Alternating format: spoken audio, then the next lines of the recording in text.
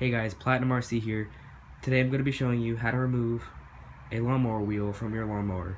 This is a Craftsman 6.5 horsepower Briggs&Stratton, and I'm going to be removing the front wheel. And I'm going to show you how to do that in this video. Okay, so get your flathead screwdriver, stick it between the center cap and the wheel, just like that, and then just pry it off.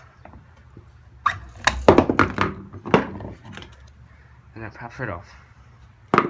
Then get your ratchet and the correct socket that'll fit the nut, and then take that off.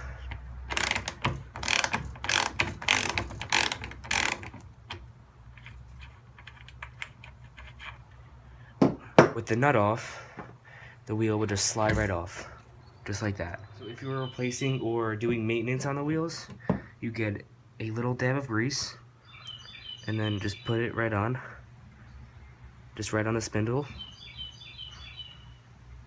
Put a healthy amount on there, and then get your wheel, and then just slide it back on,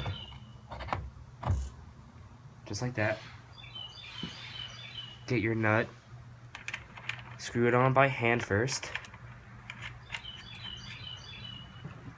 and get your ratchet, and then tighten the wheel back up.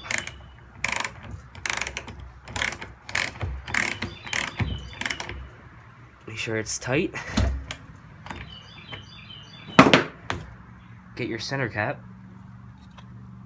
line it up, and then just hit it